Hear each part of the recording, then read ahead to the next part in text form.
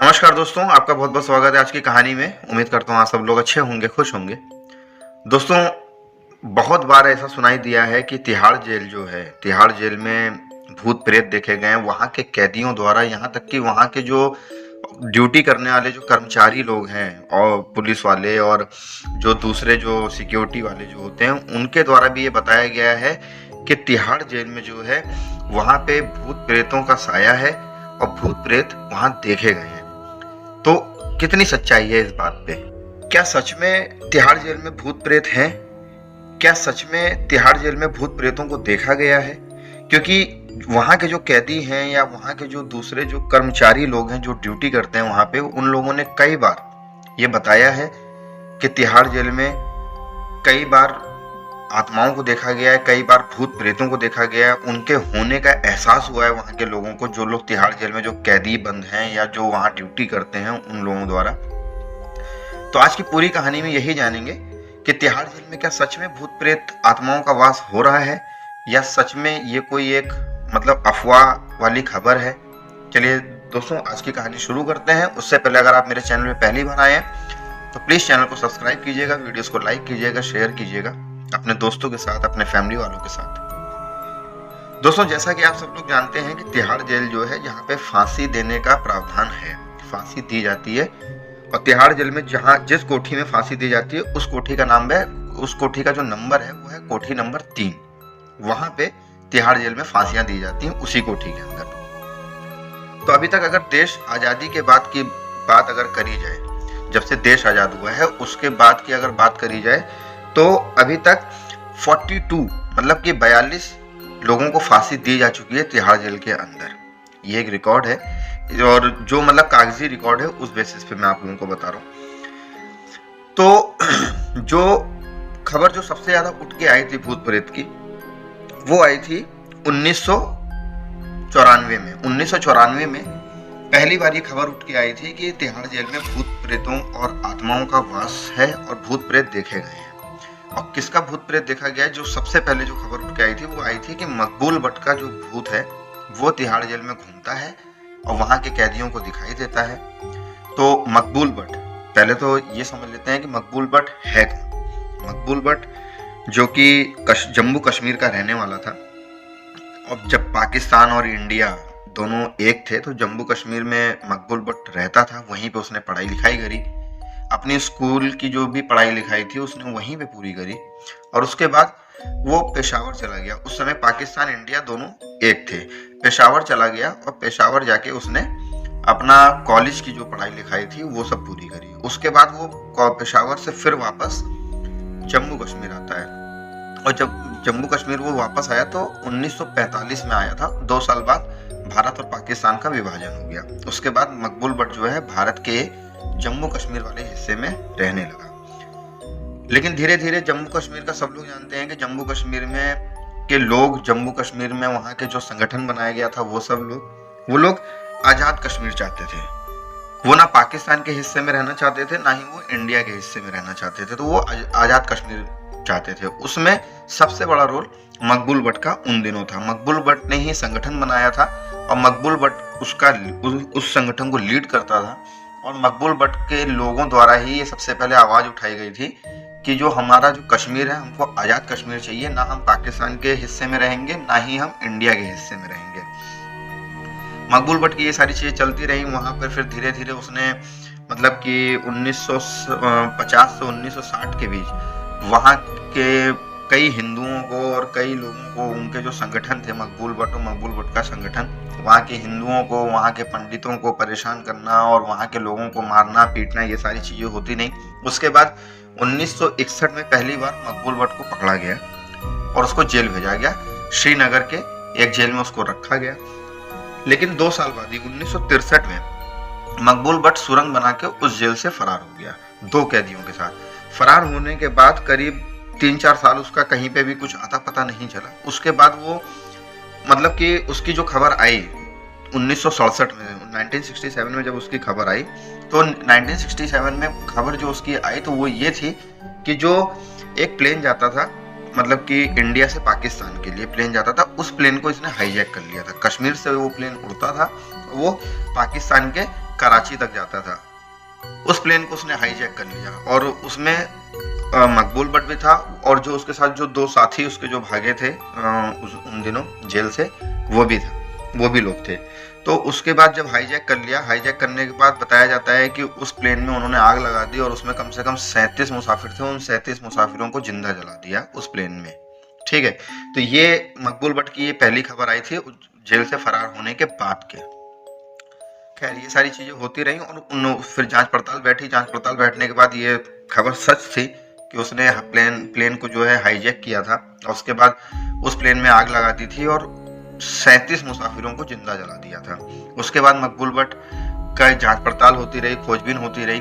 मकबूल भट्ट 1969 में फिर पकड़ा गया, इंडियन पुलिस द्वारा ही, इंडियन आर्मी द्वारा ही वो पकड़ा गया।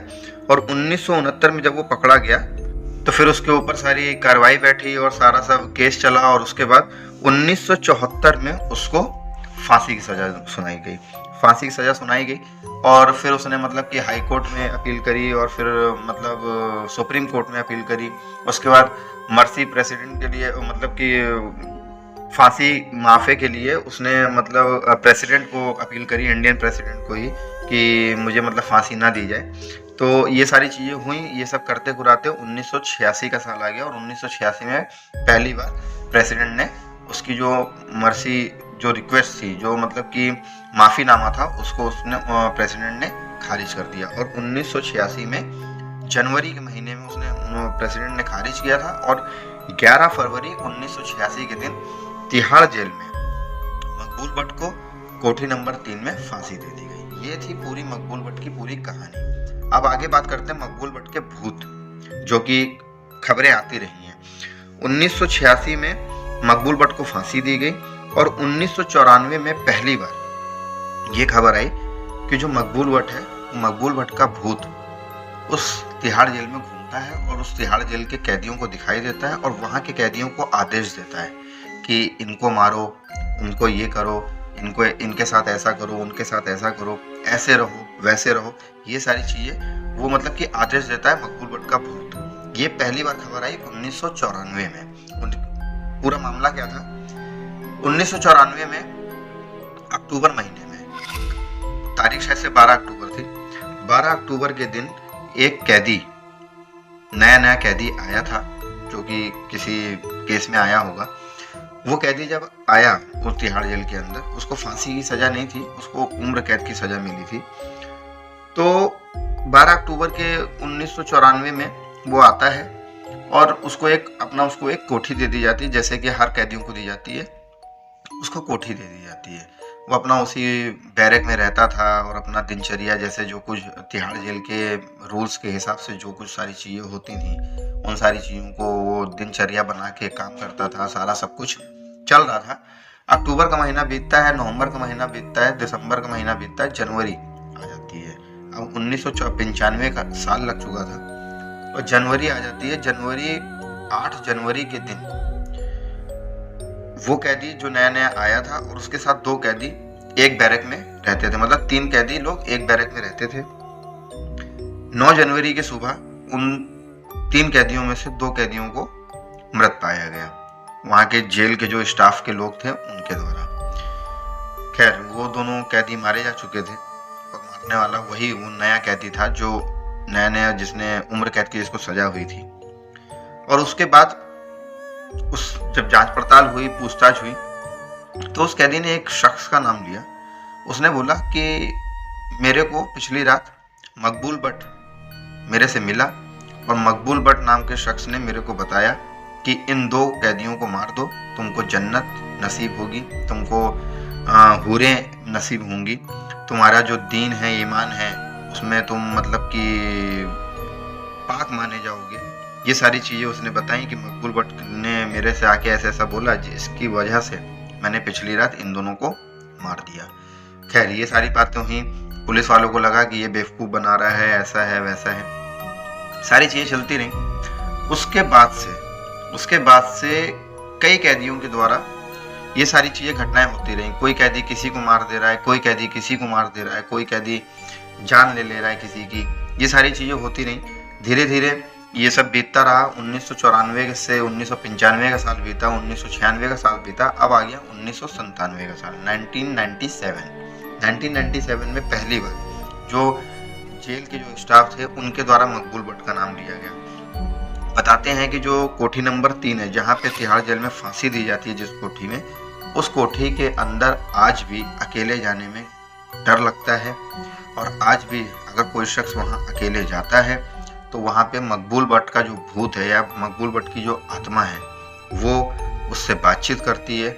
उसके होने का आसार बताया जाता है कोठी नंबर 3 में। लेकिन इस बात में कितनी सच्चाई है कितनी नहीं, कोई नहीं जानता है। लेकिन एक चीज़ ये है कि कैदियों के साथ साथ वहाँ के जो जेल के स्टाफ हैं उन लोगों को भी मकबूल भट्ट का भूत दिखाई देता है और मकबूल भट्ट के भूत होने की खबर सुनाई दी है वहीं के स्टाफ के लोगों द्वारा ही, जेल के स्टाफ के लोगों द्वारा ही। खैर, इस बात में कितनी सच्चाई है कितनी नहीं हम नहीं बता सकते हैं। लेकिन ऐसा कोई आज तक कोई फोटो या इमेज या मतलब कि कोई वीडियो क्लिप ऐसी कोई आई नहीं, क्योंकि सीसीटीवी कैमरे भी तिहाड़ जेल के अंदर लगे हुए हैं। तो ऐसी कोई पैरानॉर्मल चीज़ तो नहीं कभी कोई दिखाई दी। लेकिन जो वहाँ के कैदी लोग हैं या जो वहाँ के जो स्टाफ लोग हैं उनकी खबरों द्वारा ये सुनिश्चित होता है कि हाँ कि मतलब तिहाड़ जेल में मकबूल भट्ट का जो भूत है या जो मकबूल भट्ट की जो आत्मा है वो घूम रही है। और उसका साफ ये कहना है वो आज भी उसकी आत्मा जो है वो आज़ाद कश्मीर मांग रही है, आज़ाद कश्मीर की गुजारिश करती है उसकी आत्मा। और जो कैदी इन सब चीज़ों से मिलता है, मतलब कि मकबूल भट्ट की आत्मा से या मकबूल भट्ट की भूत से मिलता है, तो वो कुछ ना कुछ ऐसा कुछ एक्टिविटी करता है कि जिसको देख के लोग वहाँ के दंग रह जाते हैं। और बताते हैं कि मकबूल भट्ट के भूत के बाद वहाँ पे कई ऐसे कैदियों के भूत प्रेतों के होने की खबर आई है वहाँ के स्टाफ द्वारा, वहाँ के कैदियों द्वारा। लेकिन क्या सच्चाई है इस मतलब की खबर में, ये कोई नहीं बता सकता है। तो ये थी पूरी ऐसी एक ऐसी कहानी जिसमें बताया गया कि तिहाड़ जेल के अंदर भूत प्रेत आत्माएं हैं। लेकिन हम तब तक ये चीज़ पे कैसे विश्वास कर लेंगे जब तक हमको कोई ऐसा कोई प्रूफ ना मिले। खैर, ये तो एक मकबूल भट्ट के भूत की पूरी कहानी थी। तो मैंने सोचा कि आप लोगों के साथ एक बार शेयर करूं कि हाँ, ऐसा भी कुछ तिहाड़ जेल के अंदर होता है। तो अगर आप लोगों को कहानी अच्छी लगी हो तो प्लीज़ चैनल को सब्सक्राइब कीजिएगा, वीडियोस को लाइक कीजिएगा, शेयर कीजिएगा अपने दोस्तों के साथ, फैमिली वालों के साथ। तब तक के लिए